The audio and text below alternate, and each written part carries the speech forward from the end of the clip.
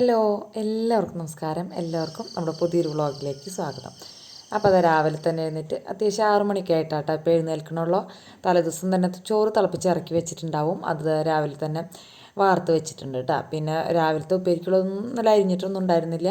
നേരത്തെ കിടന്നുറങ്ങിയ ദിവസമായിരുന്നു കേട്ടോ. അപ്പോൾ അതാ വാഴക്കുടപ്പം നല്ല പൊട്ടിക്കണത് കാണിച്ചില്ലേ, അത് ഉപ്പേരിയും തോരനും പിന്നെ ഇതാ കയ്പ്പക്കായും തക്കാളിയും കൂടി ഒരു ചാറ് കറി, മീൻ കറി വെക്കണ പോലെ അതും കൂടിയാണ് കേട്ടോ അന്ന് വെക്കണത്.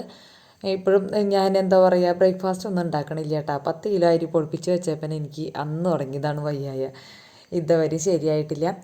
അപ്പോൾ ഇതിലേക്കുള്ള കയ്പ്പക്കായും ഇതിലേക്കൊക്കെ ഉള്ള കഷ്ണങ്ങളൊക്കെ ആദ്യം തന്നെ റെഡിയാക്കി അതൊന്ന് കഴുകിയെടുത്തു മാറ്റി വെച്ചു.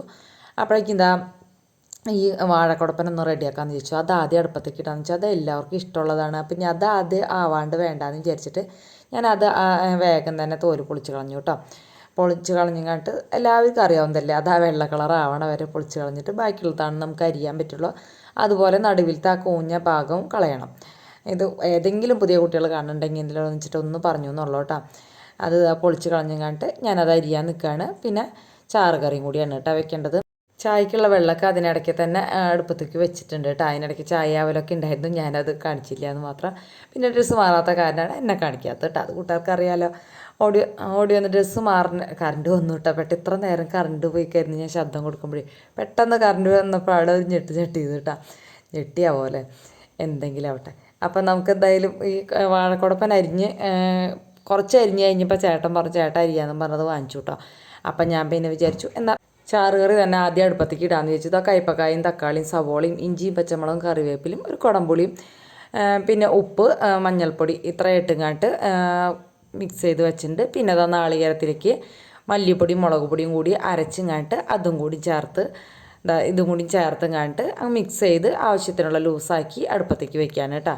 ഇത്രയുള്ള പരിപാടി. നല്ല അടിപൊളി ടേസ്റ്റുള്ള കറിയാണ് കേട്ടോ. പുളി കുറയാൻ പാടില്ല, ആവശ്യത്തിനുള്ള പുളി വേണമെന്ന് വെച്ചാൽ കയ്പ്പക്കായ്ക്ക് കയ്പ്പുണ്ടല്ലോ.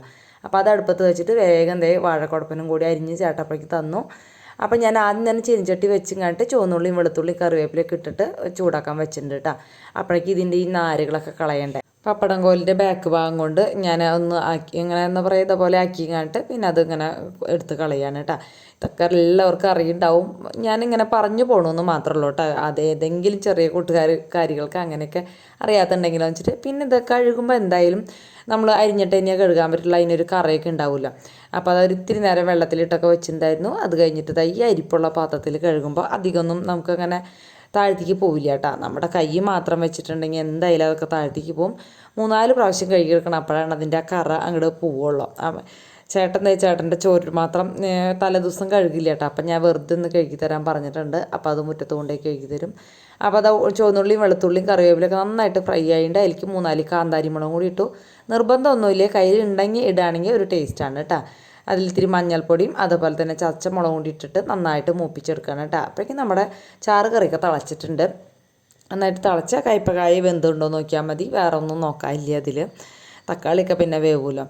അപ്പോഴേക്കും നമ്മുടെ മുളകും ഒക്കെ നല്ല റെഡിയായി. പിന്നെ കുറച്ച് നാളികേരം, ഈ വാഴക്കുടപ്പനിലാകുമ്പോൾ ഈ നേരത്ത് നാളികേരം ഇട്ടിട്ട് നന്നായിട്ട് ഫ്രൈ ആക്കണം കേട്ടോ. ലാസ്റ്റ് ഇട്ടാൽ ശരിയാവില്ല ഇതിൽ.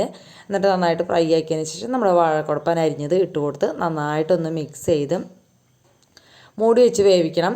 ആദ്യം തന്നെ അതിലെന്തായാലും വെള്ളം ഉണ്ടാവും, ഉപ്പിട്ടോളൂ കേട്ടോ, മറക്കണ്ട.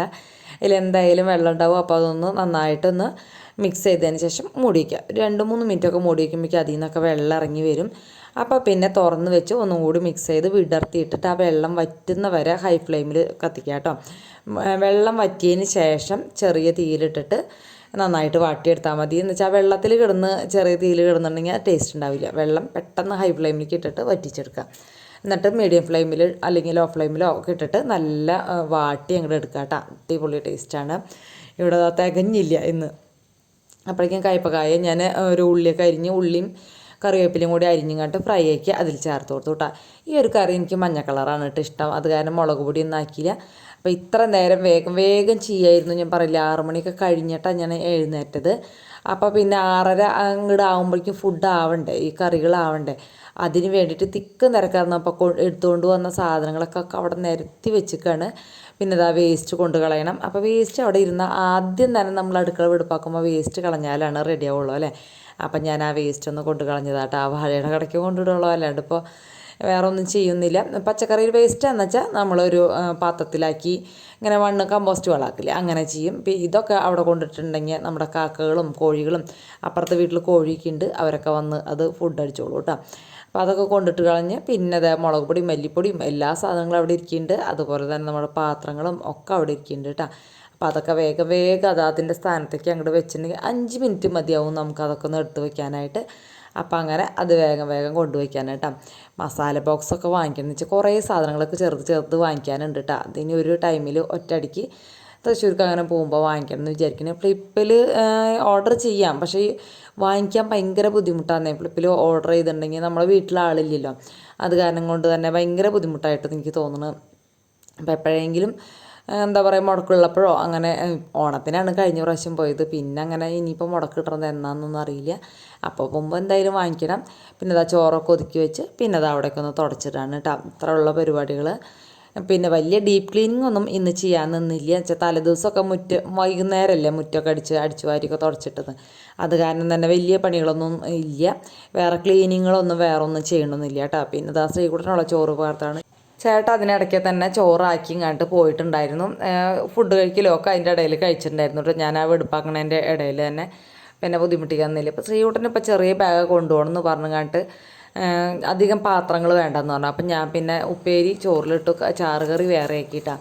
എന്നിട്ട് അവൻ ചാറുകറി കൊണ്ടുപോയൊന്നുമില്ല, ഉപ്പേരിയും ചോറും മാത്രമായിട്ട് കൊണ്ടുപോവുകയാണ് ചെയ്തത്. അത് കഴിഞ്ഞ് നമ്മുടെ ഹോളൊക്കെ ഒന്ന് വൃത്തിയാക്കണം. ഡൈനിങ് ടേബിൾ എപ്പോഴും സ്റ്റോർ റൂമായി ആക്കി മാറ്റി എല്ലാവരും. അപ്പോൾ അത് കാരണം കൊണ്ട് ഞാൻ ചോറ് കൊണ്ടുവച്ച് കഴിഞ്ഞിട്ട് ആ ഡൈനിങ് ടേബിൾ ഒന്ന് ഒതുക്കണം കേട്ടോ. മേശയുടെ അടിയിൽ നമ്മുടെ പച്ചക്കറിയുടെ സഞ്ചി ഇരിക്കുകയാണ് കേട്ടോ. അപ്പം ഞാൻ അതിൽ നോക്കിയപ്പോൾ കയ്പ്പക്കായ ഫ്രിഡ്ജിൽ വെച്ചില്ലേ കേടാവും. പിന്നെ അതിലുള്ളത് വെണ്ടക്കായും ബീറ്റ്റൂട്ടാണ് ഉണ്ടായിരുന്നുള്ളൂ. അത് പിന്നെ പുറത്തിരിക്കുന്നത് തന്നെയാണ് നല്ലതെന്ന് എനിക്ക് തോന്നി. അത് അവിടെ ഇരുന്നോട്ടെ. വെണ്ടക്കായ ഇപ്പോൾ 1-2 ദിവസത്തിൽ എടുക്കും. കയ്പ്പക്കായാണ് ഏറ്റവും കൂടുതൽ പ്രശ്നക്കാരി. അപ്പോൾ അത് വേഗം എടുക്കണം എന്ന് വിചാരിച്ച് അതങ്ങോട്ട് ഒതുക്കി വെച്ചോളൂ കേട്ടോ. പിന്നെ അതാ മിക്സിയുടെ ജാർ ഇതൊക്കെ കഴുകി ഓരോ ടിന്നുകളും അതും പേപ്പർ എന്താ പറയണ്ടേ ഒന്നും പറയാനില്ല, എല്ലാം അത് നിറച്ചിട്ടുണ്ട്. പിന്നെ ഞാനും ചേട്ടനും ഇടയ്ക്ക് വന്ന് ഹോളിൽ കിടക്കും കേട്ടോ. അപ്പം അങ്ങനെ പായ അവിടെ കിടക്കുന്നുണ്ടാവും, അതും എടുത്തുകൊണ്ട് വെച്ചു. പിന്നെ എനിക്ക് തോന്നുന്നു ഒന്ന് റിലാക്സ് ചെയ്ത് ഒരു 5 മിനിറ്റൊക്കെ പുറത്തേക്ക് നോക്കിയിരിക്കണം തോന്നി. ഇത്ര നേരം തിക്കും തിരക്കിലല്ലേ ജോലി ചെയ്താൽ. അപ്പോൾ അത് കാരണം ശ്രീകുട്ടൻ പോകാൻ ഇറങ്ങുകയാണ് കേട്ടോ. 7:25 ആയിട്ടുള്ളൂ കേട്ടോ സമയം. 7:20-25 ആയിട്ടുള്ള സമയം. അപ്പം ഞാൻ പിന്നെ കുറച്ച് നേരം അവിടെ വന്നിരുന്നു. ചായ കുടിക്കാനായിട്ട് തോന്നിയില്ല, ചായ ഇപ്പോൾ വേണ്ടാന്ന് വിചാരിച്ചു കേട്ടോ. അങ്ങനെ കുറച്ച് നേരമൊക്കെ അവിടെ ഇരുന്ന് പിന്നെ എനിക്ക് തോന്നി പിന്നെ ഇനിയിപ്പോൾ സമയം കളയണ്ടെന്ന് വിചാരിച്ചിട്ട് ഞാൻ പിന്നെ അകത്തേക്ക് പോന്നു. പിന്നെ ജോലിക്കൊക്കെ പോയി കേട്ടോ. അതൊന്നും ഞാൻ വീഡിയോ എടുത്തില്ല. പിന്നെ അതേ വൈകുന്നേരത്തെ പരിപാടികൾ എന്നിട്ട് കാണിക്കുന്നത് പാത്രം കഴുകുക. അത്യാവശ്യം ഒഴിഞ്ഞ് കിടക്കണം പാത്രങ്ങളൊക്കെ കുറച്ചുണ്ടാവും കേട്ടോ. അപ്പോൾ അതൊക്കെ ആദ്യം തന്നെ കൊട്ടത്തളത്തിലേക്ക് ഇടുകയാണ്. കൊട്ടത്തളം എന്ന് പറഞ്ഞാൽ നമ്മുടെ വാഷ് പീസ് കേട്ടോ, അതിലേക്ക് ഇടുകയാണ് കേട്ടോ. അപ്പോൾ പോരുന്ന വഴിക്ക് ഇതാ ഡോക്ടറെ കണ്ടോ എന്നൊക്കെ ചോദിച്ചിട്ടുണ്ടായിരുന്നു എല്ലാവരും. അപ്പോൾ ഡോക്ടറെ കണ്ടിട്ടുണ്ടായിരുന്നു. പ്രഷർ കുറവാണെന്നാണ് പറഞ്ഞത്. നമ്മുടെ കണ്ടപ്പോൾ അവിടെ വന്നിരിക്കുന്നുണ്ട് അല്ലേ, ഞാനിപ്പോഴാണ് വീഡിയോയിലാണ് കേട്ടോ കണ്ടത്. അവൻ ഭയങ്കര സൂത്രക്കാരനാണ്, അങ്ങനെ മിണ്ടാണ്ട് ഒളിച്ച് വന്നിരിക്കും. അപ്പോൾ അത് ആദ്യത്തെ വന്ന് എന്തായാലും പുറത്തേക്ക് ആക്കുന്നുണ്ട്. മീൻ കൊണ്ടുവന്നവൻ എന്തായാലും കണ്ടിട്ടുണ്ടാവില്ല. ഡോക്ടർ പറഞ്ഞ വിശേഷമാണല്ലേ പറയാതെ. പ്രഷർ കുറവായിരുന്നു കേട്ടോ എനിക്ക്, അതുകൊണ്ടാണ് ഈ തലവേദന അങ്ങനെ ഒഴിയാബാധയായിട്ട് നിൽക്കണമെന്ന് തോന്നുന്നു. പ്രഷർ കുറയുക എപ്പോഴും ബ്ലഡ് കുറയുമ്പോൾ തന്നെയാണ്. ഇനിയിപ്പോൾ അതൊക്കെ ചെക്ക് ചെയ്യണം, ഷുഗറും പ്രഷറും കൊളസ്ട്രോളും പിന്നെ എന്താ പറയുക തൈറോയിഡും ഒക്കെ ചെക്ക് ചെയ്യാനായിട്ട് എഴുതി തന്നിട്ടുണ്ട് കേട്ടോ. 1-2 ദിവസത്തിനുള്ളിൽ അത് പോയി ചെയ്ത് കൊണ്ട് ചെല്ലാൻ പറഞ്ഞിട്ടുണ്ട്. അപ്പോൾ അതിനിപ്പോൾ അതൊക്കെ ചെയ്യണം. അപ്പോൾ അത് തലേദിവസം ബീറ്റ്റൂട്ട് പായസം എടുത്ത് കഴിച്ച് നോക്കുകയാണ് കേട്ടോ. തണുപ്പുള്ളത് എന്തെങ്കിലും കഴിക്കാൻ തോന്നി. നല്ല തലവേദനയായിരുന്നു കേട്ടോ. പകൽ ഓഫീസിൽ എന്താ പറയുക 3 മണി വരെ ഭയങ്കര ഒടുക്കത്തെ തലവേദനയായിരുന്നു. അപ്പോൾ അത് കാരണം 2-3 കൂട്ടുകാരികൾ വിളിച്ചവരെയൊന്നും കോൾ എടുക്കാൻ പറ്റിയില്ല. ബസ്സിലിരുന്നിട്ട് വിളിച്ചിട്ട് പോലും എനിക്ക് എടുക്കാൻ പറ്റിയില്ല കേട്ടോ. എന്നുവെച്ചാൽ ശരീരം തളർന്നു. എന്നുവെച്ചാൽ തലവേദന കുറേ നേരം ഉണ്ടായിട്ടുണ്ടെങ്കിൽ നമുക്ക് ആകെ ശരീരം തളരും. അപ്പോൾ അത് കാരണം കൊണ്ട് എനിക്ക് സംസാരിക്കാനുള്ളൊരു ഇൻട്രസ്റ്റ് ഉണ്ടായില്ല കേട്ടോ. അത് കണ്ണടച്ചിരിക്കാനേ തോന്നിയത് ബസ്സിലൊക്കെ. അത് കാരണം ഞാൻ കോൾ എടുക്കാമായിരുന്നു കേട്ടോ. എപ്പോഴെങ്കിലുമൊക്കെ വിളിക്കുന്നുണ്ട്. ഒരു 2 ദിവസം കഴിയട്ടെ, എനിക്ക് ക്ഷീണമൊക്കെ ഒന്ന് മാറട്ടെ കേട്ടോ. അപ്പോൾ ഇനി പ്രഷറൊക്കെ നോർമലാക്കി, ബ്ലഡിൻ്റെ കാര്യം അറിയില്ല. എന്തായാലും തലവേദനയൊക്കെ കുറഞ്ഞ് കഴിയുമ്പോൾ ഞാൻ എല്ലാവരും തിരിച്ച് വിളിക്കുന്നുണ്ട്. എല്ലാവരുടെയും പേര് ഞാൻ സേവ് ചെയ്ത് തരുന്നുണ്ട് കേട്ടോ. വാട്സപ്പിൽ പേര് ഇട്ടിട്ട് അയക്കുന്നുണ്ടല്ലോ ഇന്ന ആളാണെന്നൊക്കെ പറഞ്ഞിട്ട്. അപ്പം ഞാൻ അതേ പേര് വെച്ച് സേവ് ചെയ്ത് ഇടുന്നുണ്ട്. പറ്റുമ്പോൾ ഒക്കെ തിരിച്ച് വിളിക്കാം. ഇത്തിരി തിരക്കുണ്ട് കേട്ടോ, അതുകൊണ്ടാണ് ക്ഷമിക്കുക കൂട്ടുകാർ. ആരോടും ഇഷ്ടക്കുറവുണ്ടായിട്ടോ അല്ലെങ്കിൽ എനിക്ക് സംസാരിക്കാൻ ഇഷ്ടമില്ലാഞ്ഞിട്ടോ ഒന്നുമല്ല. എനിക്കിഷ്ടമൊക്കെ തന്നെയാണ്. എനിക്ക് കുറേ ബന്ധുക്കാരെ കിട്ടിയ പോലെയെന്ന് ഞാൻ പറഞ്ഞില്ലേ, ഇഷ്ടമൊക്കെ തന്നെയാണ്. പക്ഷെ നമുക്ക് ഒഴിവും കൂടി വേണമല്ലോ, അതുകൊണ്ടാണ് കേട്ടോ. പിന്നെ ഓഫീസ് ടൈമിലാകുമ്പോൾ ഒരു റിങ്ങൊക്കെ ചെയ്ത് അവിടെ ഓഫ് ചെയ്തിട്ടോളൂ. വാട്സപ്പിൽ മെസ്സേജ് ഇട്ടാൽ മതി കേട്ടോ പരമാവധി. എന്താണെന്ന് വെച്ചാൽ നമ്മൾ എല്ലാവരുടെ അടുത്ത് ഇങ്ങനെ ഓണറൊക്കെ ഉണ്ടാവണം നേരമാകുമ്പോൾ ചിലപ്പോൾ അത് ഇഷ്ടപ്പെട്ടു എന്ന് വരില്ല, അതുകൊണ്ടാണ്. അപ്പോൾ വാട്സപ്പിൽ മെസ്സേജ് ഇടാം കേട്ടോ. അപ്പോൾ ഇതാ പോരുന്ന വഴിക്ക് മത്തി വാങ്ങിച്ചുകൊണ്ട് വന്നു. രാവിലത്തെ ചാറുകറി ഉണ്ട്, എന്നാലും എന്തെങ്കിലും മുട്ടയോ മീനോ എന്തെങ്കിലും വേണം കേട്ടോ, അല്ലെങ്കിൽ ഒരു ചെമ്മീൻ ചമ്മന്തിയോ അങ്ങനെ എന്തെങ്കിലുമൊക്കെ വേണം. അപ്പോൾ അത് കാരണം കൊണ്ട് ഞാൻ മത്തി വറക്കാമെന്ന് വിചാരിച്ചു. പിന്നെ അതിൽ ഒരു അയില ഉണ്ടായിരുന്നു. അപ്പം ഞാൻ വിചാരിച്ചു നാളെ രാവിലെ പരിപ്പ് കുത്തി വെച്ചിട്ട് വൈകുന്നേരം ഒരു ചെറിയൊരു ചാറ് വയ്ക്കാമെന്ന് വിചാരിച്ചിട്ട് ആ അയിലേനെ മാത്രം അവിടെ എടുത്ത് വെച്ചു കേട്ടോ. ബാക്കി മത്തി വറുത്തു. ഇപ്പോഴത്തെ മത്തി നല്ല ടേസ്റ്റാണ് കേട്ടോ, കുരുമുളകൊക്കെ ഇട്ട് ഫ്രൈ ആക്കിയിട്ടുണ്ടെങ്കിൽ. അപ്പോൾ അത് കാരണം കൊണ്ട് ഞാൻ എപ്പോഴും മത്തി മേടിച്ചുകൊണ്ടിരുന്നു കേട്ടോ. മത്തി മുട്ട എന്തെങ്കിലുമൊക്കെ വാങ്ങിച്ചുകൊണ്ടും വലിയ മസാലയൊന്നും ചേർക്കാനായിട്ട് നിന്നില്ല. കുരുമുളക് മാത്രമാണ് സ്പെഷ്യലായിട്ട് ആഡ് ചെയ്തുള്ളത്.